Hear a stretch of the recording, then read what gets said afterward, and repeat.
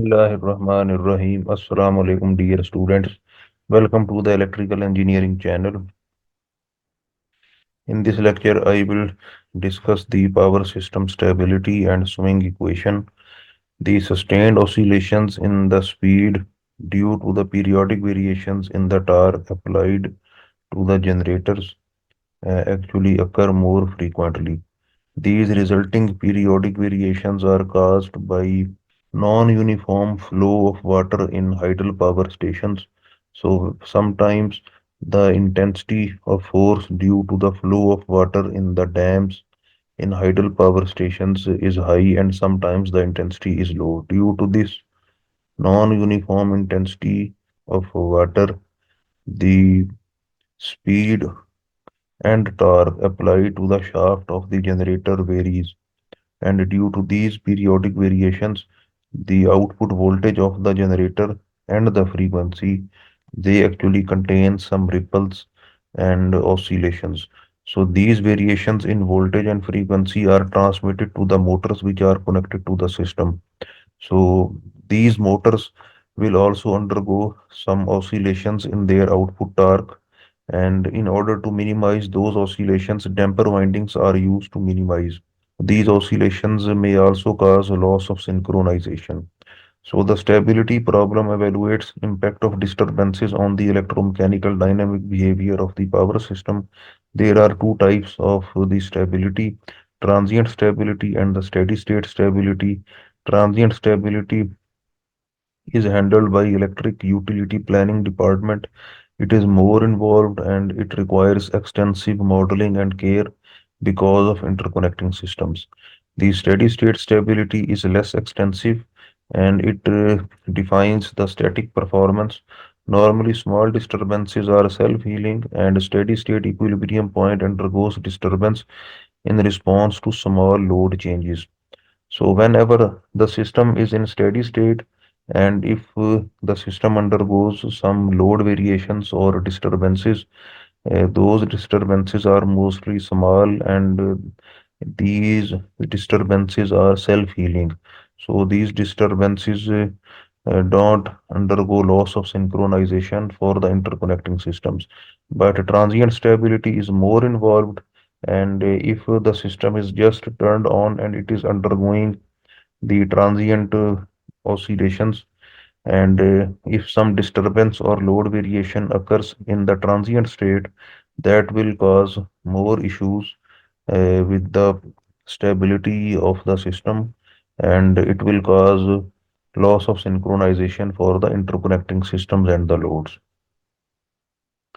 Now I will discuss the rotor dynamics and the swing equation. And the swing equation is very important to define the stability of a power system, and it also describes the rotor dynamics. Before starting the derivation of the swing equation, we will consider this torque and force relationships as the starting point.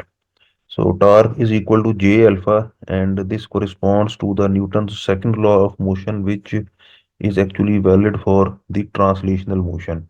So for translational motion, F is equal to ma, and if we move towards the rotational motion, we will have torque as an analogous quantity of force. Similarly, we will have J, which is moment of inertia, as the similar quantity uh, to the mass, and angular acceleration is similar to the translational acceleration in translational motion. So by mistake, I have written translational motion over here and rotational motion over here. Instead, this is rotational and this is translational force. So in rotational motion, we will have T is equal to J alpha, and alpha is the angular acceleration, and it is equal to the double derivative of the displacement or double rate of change of the angular displacement, right? So T is equal to J d square theta m over dt square. Theta m is the angular displacement of rotor with respect to the stator axis or with respect to the stationary reference axis. And J is called the total moment of inertia. Ta is the net accelerating torque, and it is equal to Tm minus Ts. Tm is the mechanical or shaft torque supplied by the prime mover, and Ts or Te is the electric or electromagnetic torque. Now we will discuss the directions of these torques and the angular speed for the generator and the motor case. In generators, we are applying the mechanical energy to the shaft. So Tm is the applied mechanical torque, and the resultant rotation of the shaft will also be in the anti-clockwise direction, which is the direction of the applied mechanical torque. But the electromagnetic or electrical torque, which is produced in the generator, will be opposite to the applied torque. In motors, we will apply the electrical energy to the shaft, and mechanical energy will be produced by the motor. So this is the electrical energy applied to the motor, and as a result electromagnetic torque will be produced in the motor, and that torque will tend to move the rotor in the same direction as the Te, right? So this is Te, which is a electromagnetic generated torque in the motor, and as a result the motor will rotate in the same direction, which is anti-clockwise. But this is the mechanical torque which uh, is actually applied to the motor, right? So this is the load which is applied to the motor, and definitely the load which is applied to the motor will be acting as an opposing force to the shaft, right? So if the generated torque is in this anti-clockwise direction, then the torque applied to the mechanical load of the motor will be in the opposite direction. Clearly, that applied load will tend to stop the rotor, so the torque due to the applied load will be in the opposite direction. So these are the directions of torques and the rotation of motion of the shaft for the generator and the motor. Now we will define synchronously rotating reference frame in the motor. Okay, so theta m is equal to omega smt plus delta m. Now this expression can be obtained if we have an understanding of this relationship. So these two expressions are extremely important, and this expression gives us the mechanical speed or rotor speed of the shaft with respect to the stationary reference frame, and this expression gives us the angular speed of the rotor with respect to the synchronously rotating reference frame. So let's consider these two expressions, and if I subtract equation 2 from equation 1, I will have d theta m over dt minus d delta m over dt equal to omega sm. Okay, so it means d theta m over dt is equal to d delta m over dt plus omega sm. Now if I integrate this expression, then I will have this expression. So theta m will be equal to omega smt plus delta m. Theta m is the rotor angle with respect to the stator, and delta m is the angular displacement or rotor angle with respect to the synchronously rotating reference axis. Omega Sm is the synchronous speed of the machine, and its units are radians per second. So after evaluating this expression, we can take its derivative. So d theta m over dt will be equal to omega Sm plus d delta m over dt. And we can take another derivative of this expression. So omega Sm is constant, so its derivative will be equal to 0, and d square theta m over dt square will be equal to d square delta m over dt square. So we can substitute this value of d square theta m over dt square in this equation, right? So it will become Ta equal to j d square delta m over dt square is equal to Tm minus Te. So this is our expression of the swing equation uh, when these angular displacement is taken with respect to the rotating axis or rotating reference axis. Now, if I multiply this whole equation with omega m is the mechanical speed of the rotor, So it will become j omega m d square delta m over dt square, and it will be omega m ta, it will be omega m tm, and it will be omega m te. So t omega is equal to the power, and in translational motion, power is equal to F times V. F is the force and V is the velocity. In rotational motion, this is power, and the analogous quantity of force is torque, and analogous quantity of velocity is angular velocity in rotational motion. So this quantity will become T omega, and T omega is equal to power. So it will be PA equal to PM minus PE, and it is given in watts. So PM is the shaft power input to the machine. PE is the electrical power crossing the air gap. So these are the definitions of this mechanical power and the electrical power. This is called accelerating power. PA is the accelerating power. Now this quantity j omega m is equal to the angular momentum. In translational motion, the momentum is equal to mass into velocity. P is equal to mv. In rotational motion, the angular momentum is represented by the symbol of m, and it will be equal to j omega m. J is moment of inertia. It is the analogous quantity to the mass in translational motion, and omega m is the angular velocity, which is the analogous quantity to the translational velocity.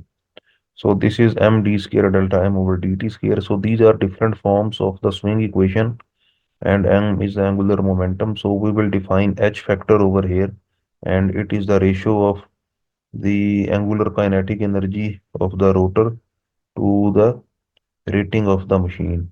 So S machine is the rating of the machine, and it will be equal to half j omega sm square divided by S machine. So it is equivalent to half mv square in translational motion, but in rotational motion it will be j omega square. So it we can write it as j omega into omega.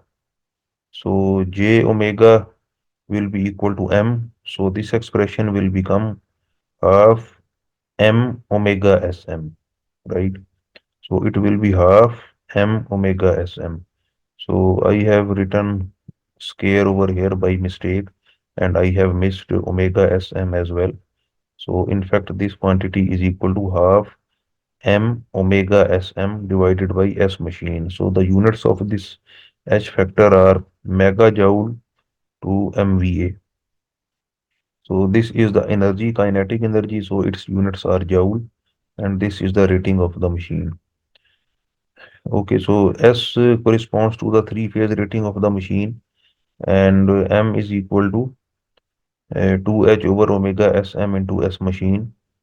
We can rearrange this expression. So M will be equal to 2H into S machine divided by omega Sm. So this is the angular momentum, and we can substitute this value of m in this expression of the swing equation.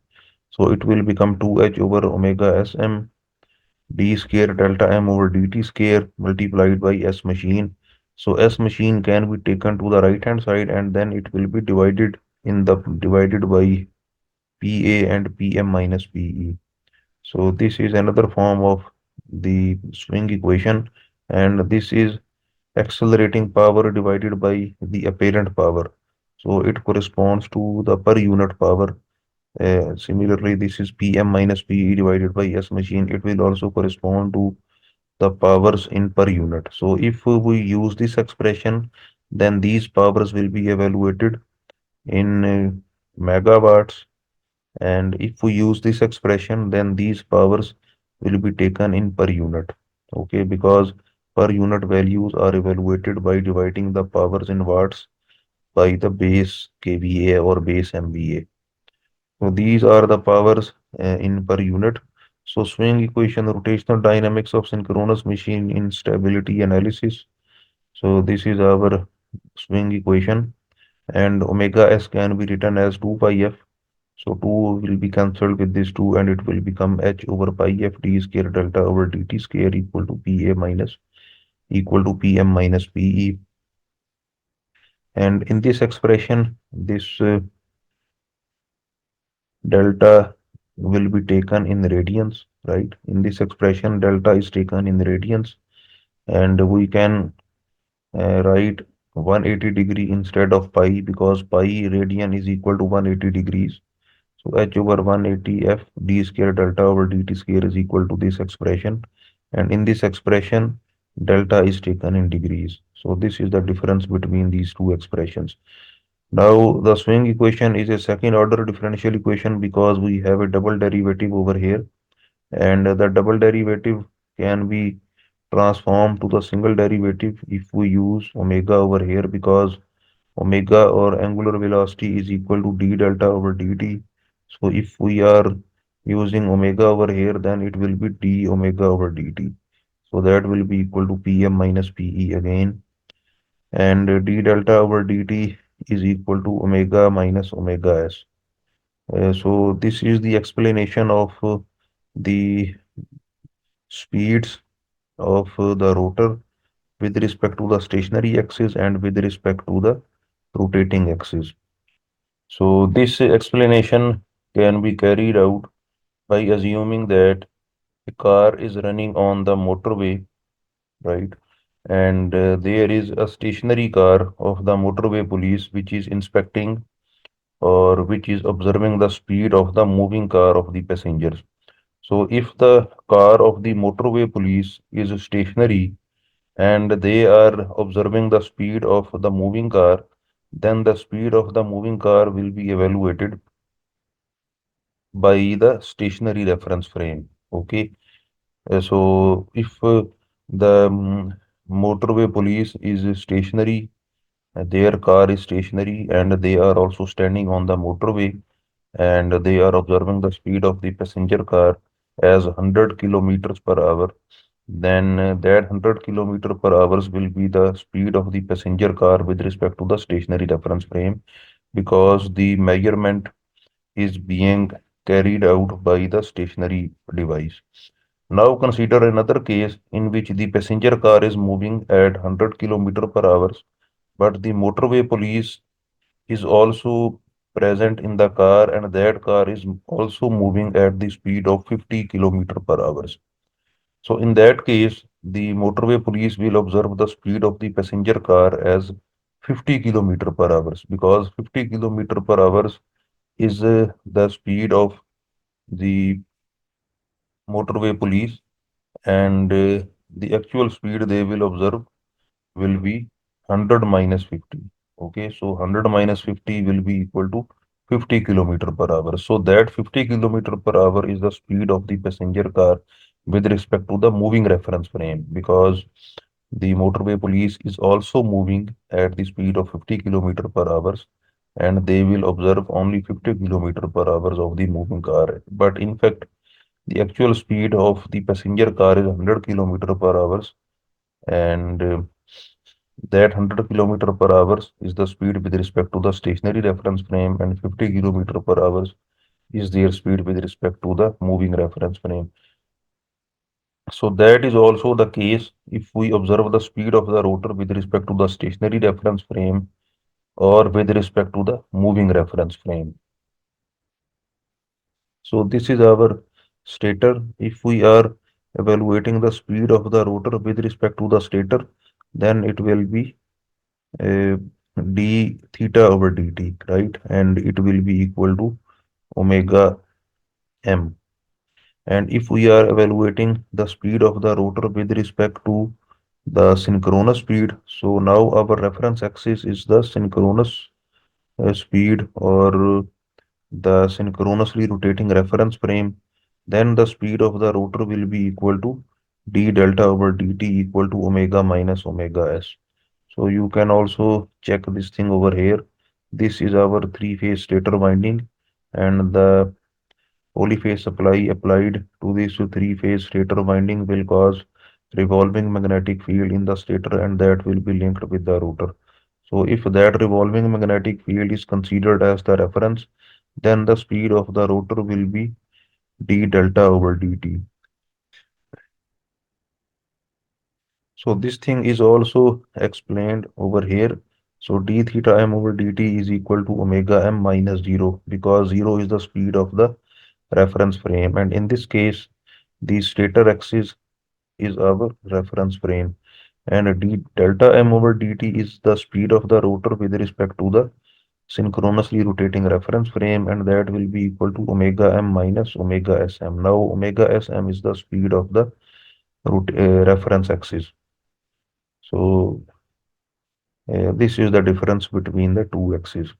Now we can move our discussion further, and this is the swing equation. And here you can see that d square theta m over dt square is equal to d square delta m over dt square, and this is the same derivation which we have just discussed, right? So this is the final form of the swing equation in when powers are taken in per units. So d delta over dt is equal to omega minus omega s. So let's start discussing the difference between the electrical angle and the mechanical angle. So the angle between two consecutive opposite poles is always 180 degrees. That is called electrical angle. Okay, so theta E is the electrical angle, and it is the angle between two successive opposite poles, and it is always equal to 180 degrees. Similarly, the mechanical angle between two successive opposite poles will be given by looking at them. Uh, okay, so this is our north pole and this is our south pole. So clearly, the actual or physical angle between these two successive poles is 180 degrees. So in this case, when we have a two pole stator, theta E is equal to theta M. So we can multiply and divide this expression with 2. So theta E can be written as 2 over 2 into theta M. So why have we multiplied and divided this theta M with 2? It will be clear soon. So let's consider the case of a four pole stator. So in this case, these are the two consecutive opposite poles, and the electrical angle between them is 180 degrees, and mechanical angle between these two poles is 90 degrees. So in this case, theta E is equal to 2 times theta M, and we can write theta E equal to 4 by 2 times theta M. So now consider an 8 pole stator, and in this case these are the two consecutive opposite poles, and theta E will be equal to 180 degrees, but theta M is equal to 45 degrees. So theta E is equal to 4 times theta M, or theta E is equal to 8 by 2 times theta M. So in this case we have a two pole stator. In this case we have a four pole stator, so we have a 4 over here. Here we had 2 over here, and in this case we have 8 pole stator, so we have 8 over here. So it means theta E is equal to P by 2 theta M. So this number in the numerator is actually corresponding to the number of poles. So theta E is equal to P by 2 theta M. So this is the general expression which we have obtained between the mechanical angle and the electrical angle based on the number of poles. Okay, so this expression is also written directly over here. And we know that the synchronous speed is equal to 120 f over p. So the frequency can be written as Pn over 120, and n is taken in revolutions per minute, or RPM. So we can also get the expression of number of poles. So P is equal to 120 f over n. So theta E in this case will be equal to theta M, and we can substitute 120 f over n instead of P over here. So it will become 60 f over n multiplied by theta M. So this is the expression between electrical angle and the mechanical angle. So this angle can also be used in the swing equation. So this is the expression which we have for angles, rotor angles in rotating and stationary axis. So d square theta E over dt square is equal to d square delta E over dt square. So their double derivatives are equal, and d square delta E over dt square is equal to 60 f over n d square theta m over dt square, right? So here we have d square theta E delta E over dt square is equal to d square theta E over dt square, and in place of theta E we can write 60f over n multiplied by theta m. So it will be 60f over n d square theta m over dt square. So d square theta m over dt square is actually the angular acceleration, and it is equal to n over 60f d square theta e over dt square. This is another form of the swing equation. So j d square delta m over dt square is equal to Ta is equal to Tm minus Te. This was one form of the swing equation, and instead of the delta m, we can write n over 60f. N over 60f. F is missed over here by mistake. So it is n over 60f j d square delta E over dt square, and it is equal to Ta, and it is equal to Tm minus Te. So that is all about our today's lecture on rotor dynamics and swing equation, and we discussed the relationship between electrical angle and mechanical angle, and we also discussed various forms of swing equation by considering rotor angles in stationary reference frame and synchronously rotating reference frame. For watching more lectures, please subscribe this channel. Until the next lecture, it's goodbye.